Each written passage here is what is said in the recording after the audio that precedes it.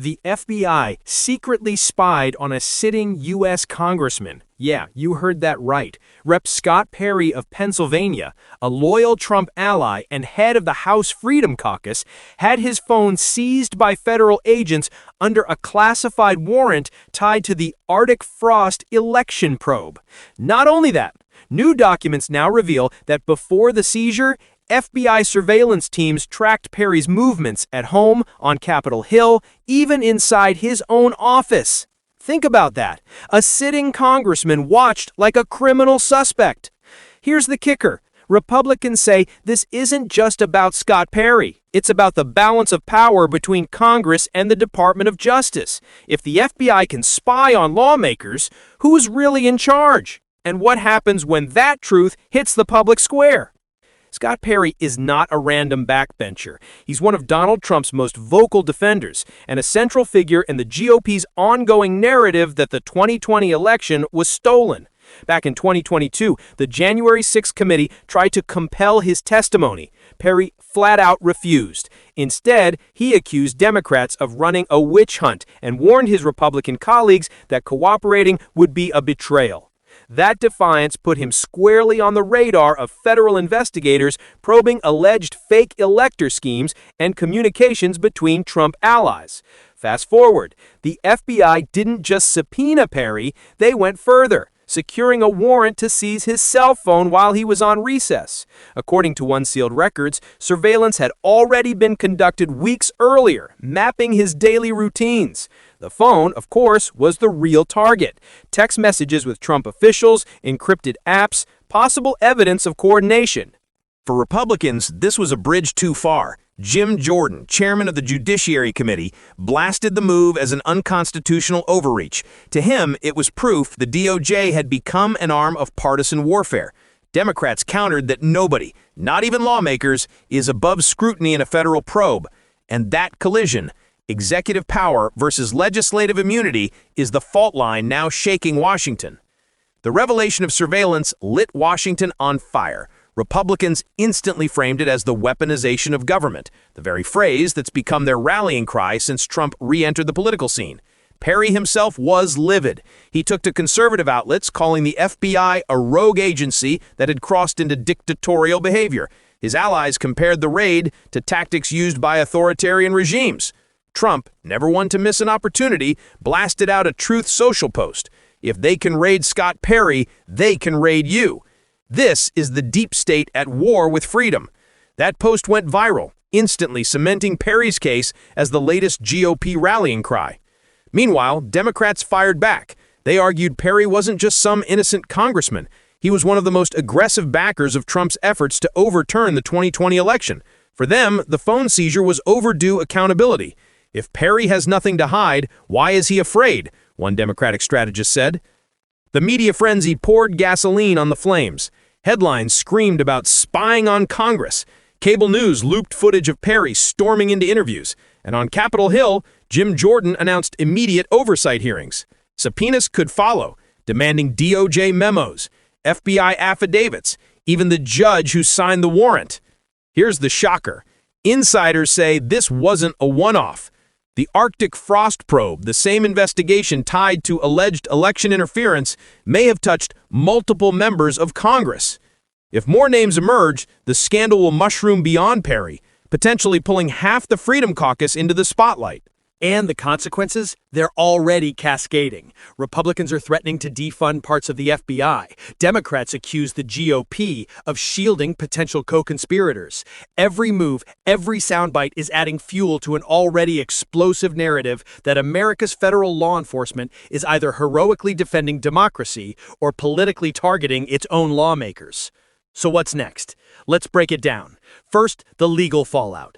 Perry's lawyers are expected to challenge the seizure in court, claiming legislative privilege protects his communications. That's untested legal ground. If judges agree, the FBI could be forced to return or destroy data, embarrassing the DOJ. If judges side with the FBI, it sets a precedent. Lawmakers are not immune from covert surveillance. Either way, history gets written. Second, the political fallout. Republicans see blood in the water. House committees are drafting subpoenas for DOJ and FBI leadership. Jim Jordan has hinted at pulling in Attorney General Pam Bondi for testimony. There's even talk of contempt charges if officials stonewall. And Trump allies are already fundraising off the scandal, pitching it as proof of a government plot against conservatives.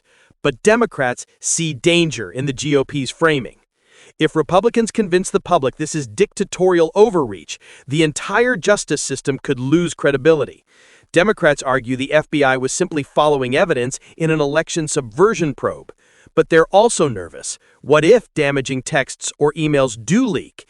If Perry's phone contains smoking gun material, it could force Democrats into an awkward defense of investigative tactics that produced real evidence. Third, the public backlash. Americans are weary of institutions they no longer trust. Polling shows confidence in the FBI has already dipped sharply since 2016. Add in this scandal, and the narrative of a politicized DOJ gains teeth. For average Americans, the question isn't legal nuance. It's simple. If they can spy on Congress, who's safe? That's the message echoing across conservative media, and it's sticking. Markets, stability, government functionality, all in question. Shutdown threats loom as Republicans hint they'll tie FBI funding to cooperation. Democrats, in response, warn of a constitutional crisis if lawmakers use the budget to blackmail federal law enforcement. The standoff could paralyze Washington even further. And here's the most dangerous ripple: international perception. America lectures the world about democratic norms, but if headlines read U.S. FBI spies on opposition lawmakers, global rivals like China and Russia will seize the narrative. See, the U.S. is no better. The credibility cost abroad could be immense. But here's the part nobody's talking about. What happens if this actually goes forward? History shows us that when law enforcement tangles with politicians, the outcome often reshapes the system itself.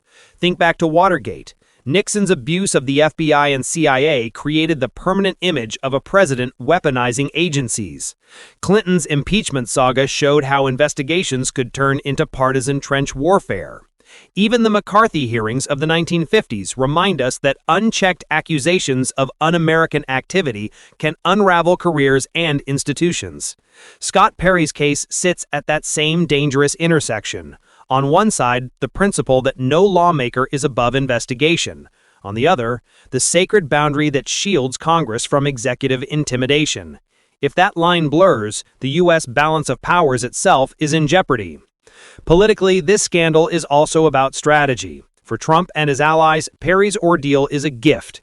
It validates their long-running argument that the DOJ is a partisan tool.